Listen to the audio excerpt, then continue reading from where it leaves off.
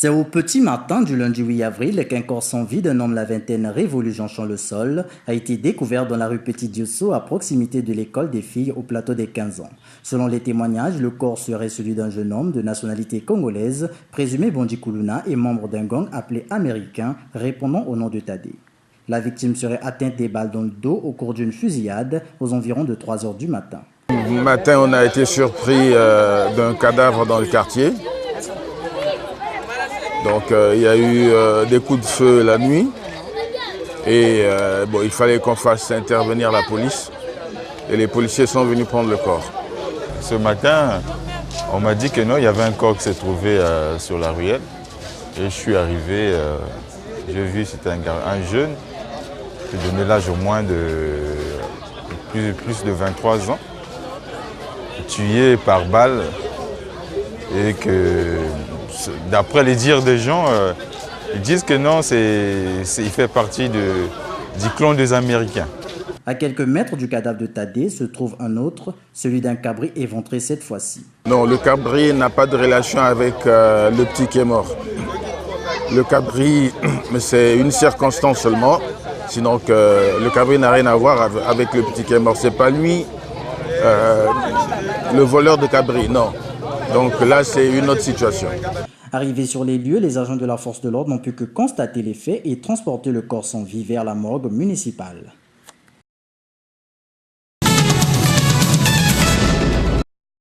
La réception de ces équipements de matériel de laboratoire agroalimentaire est bénéfique aux apprenants de ce lycée. Il est question d'augmenter le nombre de postes de travail dans les deux laboratoires technologiques agricoles selon Ngemba Alain Ollier, proviseur du lycée agricole Amilcar Cabral. Ce matériel flambant neuf, dis-je, va non seulement permettre d'augmenter le nombre de postes de travail dans nos deux laboratoires de technologie agroalimentaire, mais devrait aussi donc permettre aux transformateurs du département de Brazzaville de venir désormais faire analyser leurs produits ici dans notre laboratoire de contrôle qualité en vue de leur certification. Pour le responsable de ce projet PAMTAC B2, Ibrahim Mamadou Ango, ces équipements seront mis à la disposition des apprenants pour proposer plusieurs types de produits agroalimentaires. Je peux vous assurer, Excellence, Monsieur le ministre, que c'est le début de quelque chose de grand. Puisqu'on est en train d'envisager avec le lycée, comme le proviseur l'a su bien le dire, de faire en sorte que les formations réalisées au niveau du lycée soient adaptées au marché d'emploi. De faire en sorte que les apprenants qui sortiront de ce lycée peuvent aller directement chercher de l'emploi s'ils le souhaitent. Ce dont rentre dans le cadre du schéma pour la transformation agroalimentaire, à en croire le ministre de l'Enseignement technique et professionnel. Ce complément de matériel, désormais, le lycée professionnel a 2 laboratoires de microbiologie alimentaire qui pourront satisfaire la demande. Je suis ravi parce que cela augmentera le niveau d'employabilité des apprenants qui sortiront du lycée professionnel. Composé entre autres de la balance cuisinière, des marmites électriques, des densimètres, ce dont vient par là renforcer les liens entre le projet PAMTAC B2, spécialisé pour la transformation des produits agropastoraux, et le lycée agricole Amilcar Cabral.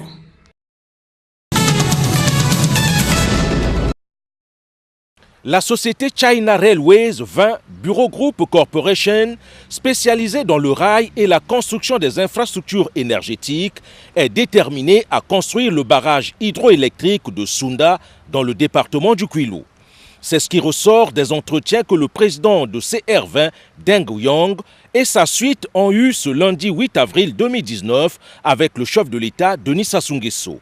Rappelant que le président de la République est animé par la volonté de réaliser ce vieux projet tant rêvé par les gouvernements successifs du Congo depuis l'indépendance. On est très honoré d'être reçu par M. le Président Ça fait déjà la 3e visite qu'on fait et on a discuté du projet de Sunda. C'est un projet qui tient beaucoup à cœur Monsieur le Président et toute la population du Congo. On va avancer avec le projet, on va travailler avec Monsieur le ministre de l'Énergie.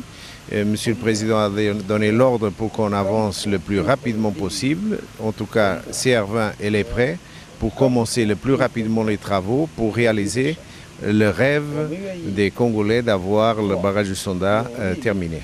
Comme nous sommes une société d'État, puisqu'on est à Brazzaville, on est disponible à signer le contrat s'il faut aujourd'hui pour qu'on commence le plus vite possible les travaux. Signalons que CR20 est une société publique chinoise qui dispose des capitaux nécessaires pour la construction des grands projets en Afrique. Dans la sous-région Afrique centrale, CR20 a jeté son dévolu sur le barrage de Sunda.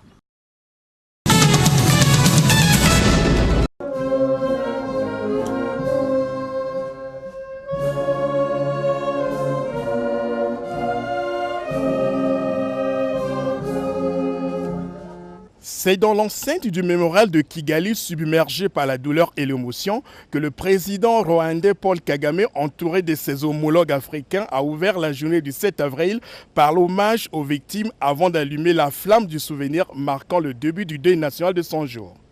Les chefs d'État du Rwanda, hôtes de l'événement, du Congo-Brazzaville, du Tchad, du Niger et de Djibouti, ainsi que d'autres invités ont honoré la mémoire de ces victimes en déposant chacun une gerbe de fleurs devant les fosses communes contenant, faut-il le rappeler, les restes mortels de plus de 250 000 personnes tuées à Kigali entre avril et juillet 1994. Le geste a été accompli auparavant par les anciens chefs d'État africains et plusieurs chefs de délégation. Moment du souvenir et du recueillement, mais aussi celui de faire preuve de solidarité avec les survivants, la 25e commémoration du génocide a donné lieu au Centre des conférences internationales de Kigali à la prise de parole de plusieurs personnalités dont le chef de l'État rwandais Paul Kagame et le président de la Commission de l'Union africaine Moussa Faki Mahamat. Tous ont retracé de manière émouvante les pages sombres qu'a connu ce pays des Grands Lacs dans la décennie 90. Tout en condamnant la violence sur toutes ses formes, ils ont appelé une fois de plus l'Afrique à l'unité afin que cela n'arrive plus au Rwanda ou ailleurs. Cette commémoration nous offre l'occasion de réfléchir sur les idéologies de la haine qui rendent possibles les crimes de masse et les moyens de mieux les combattre.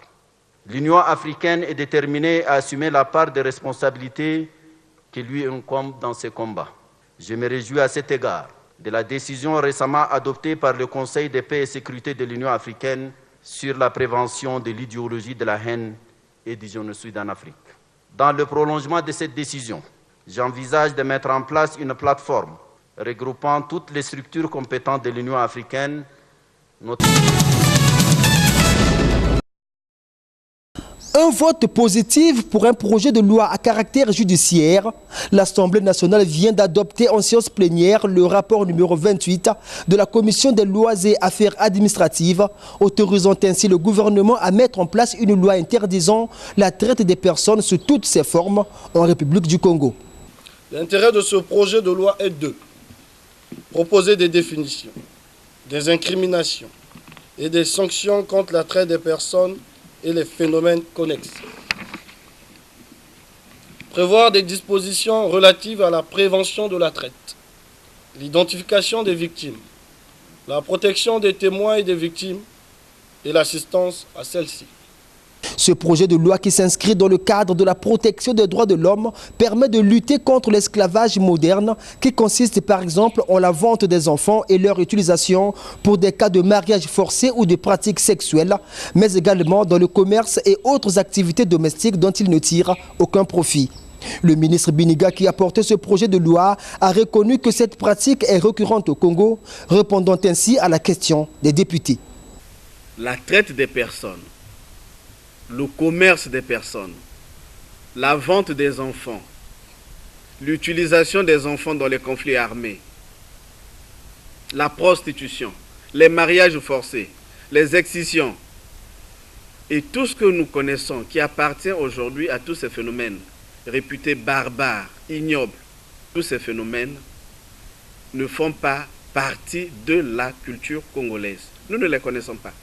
N'ayons pas une législation appropriée à la condamnation de ces phénomènes, les citoyens des autres États profitent de cette neutralité du territoire congolais pour opérer, pour réaliser ces faits. En adoptant ce projet de loi, le Congo vient de combler le vide juridique qui existait dans le domaine de la lutte contre la traite des personnes, un mal qui lui empêchait de juger et condamner les acteurs de ce crime. C'est un dimanche sportif pour ces membres du gouvernement de la République rassemblés ici à la mairie de Mungali. Ceci dans un contexte aussi particulier que celui de la célébration de la Journée mondiale de la santé le 7 avril 2019, comme chaque année d'ailleurs. Pour acter ce moment, une marche sportive a été organisée sous le patronage de Clément Mwamba et en présence du représentant résident de l'OMS au Congo. Partie de la maison commune de Mungali, cette marche a longé l'avenue de la Paix dans ses deux extrémités. Point de chute, ici à la primature, avec quelques étirements pour faire décontracter les muscles. Alors cette marche, elle est axée sur l'aspect de la prévention liée à la santé. Les spécialistes nous disent qu'en marchant, tout le temps en marchant, on fait du sport et en même temps, vous réactivez tous vos cellules, notamment le cœur qui doit retrouver un rythme approprié parce que nous sommes souvent très stressés. Du côté de l'OMS, cette marche de la santé est à la fois un encouragement et une invite. C'est vrai que c'est une marche symbolique aujourd'hui à l'occasion de la célébration de la Journée mondiale de la santé. Mais c'est plus que symbolique pour moi parce que ça permet d'encourager tous ceux que nous avons vus ces derniers temps marcher de plus en plus nombreux et inviter les autres à le faire également. Plus de 3 km, c'est la distance qu'a parcouru ces marcheurs en autant de minutes, occasion de prévenir leur santé en cette Journée mondiale de la santé.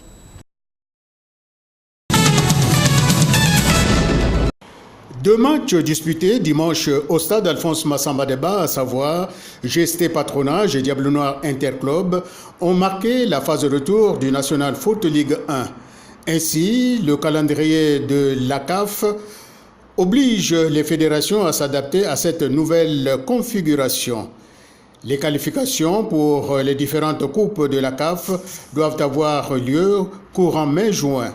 Le Congo, qui aura comme représentant les deux premiers du national, n'entend pas être surpris. C'est une course contre la montre donc qui est amorcée. Ce championnat devrait se terminer le 25 mai au plus tard. Ainsi, le week-end de gesté, malgré l'infériorité numérique suite à l'expulsion d'un défenseur, les protégés de Théodore Ekemo ont passé 3 buts à Patronage qui s'est vu refuser un pénalty par l'arbitre. En rappel à l'aller, score de parité 0-0. Deuxième match, Diable Noir Interclub, aller 1-0, retour 3-0 pour les Noirs et Jaunes qui caressent le rêve d'aller en Afrique la saison prochaine. Les Ponténégrins de la Mancha, de leur côté, ont été battus par Tongo Football Club ce lundi à Massamba Deba 1-0. Après la victoire sur Nico Nikoye, c'est une autre formation ponténégrine qui est tombée sous les coups de boutoir des Brazzavillois de Tongo FC. Suite et fin de cette 14e journée mercredi à Brazzaville, Kara FC Konzo et Étoile du Congo à Céléopard. Dans la capitale économique, le champion de la mi-saison, As Otoo, sera reçu par As Cheminot et V-Club Mokanda Nico Nikoye. La 15e journée débute samedi. Toujours en football, cette fois au niveau des dames, les Congolaises reçoivent ce mardi à 15h à Massamba Deba leurs homologues du Gabon, ceci dans le cadre du tour préliminaire des prochains Jeux Olympiques Tokyo 2020. Un match aller, rappelons, disputé au Gabon, les Congolaises l'avaient emporté sur le score de 2-0. En cas de qualification, en septembre prochain, les Congolaises seront face aux Ghanéennes.